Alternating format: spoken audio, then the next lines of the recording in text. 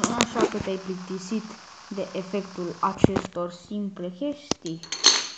Ei, acum trecem la un nivel mai nou. Asta este mult mai interesant și eu sunt Luca și bine v-am găsit la un episod nou din o nouă serie care se numește Domino Tricks. Cred că știți ce înseamnă tricks. Let's play! Al doilea trick este cel cu scările. Probabil nu înțelegeți nimic, nu? Ei, uite. Toată cursa va începe de aici. Se va duce pe acolo. Da, frumos. O să o ia pe scară, face cerc, op și merge acolo. Acum haideți să vedem dacă funcționează.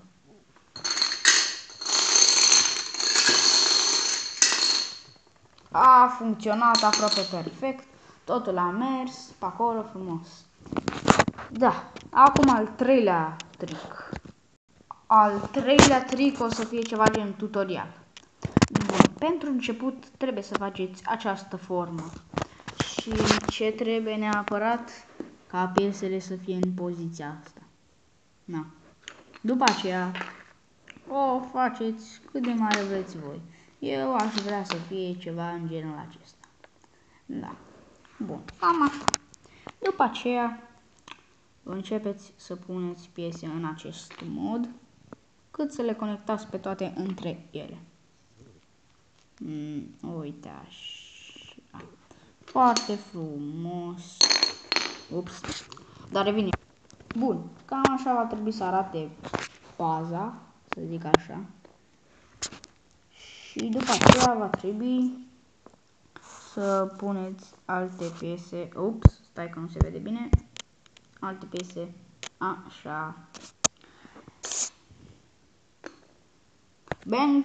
Și după asta trebuie pur și simplu să puneți altele așa. Și după aceea pur și simplu continuați și faceți cam așa. Un mic turnuleț, vedeți, frumos, nimic zgârcit și dacă luăm o singură piesă, se dărâmă foarte frumos. Eu am fost Luca, voi ați fost fanii și sper că abonații, sau dacă nu viitorii abonați și pa, pa!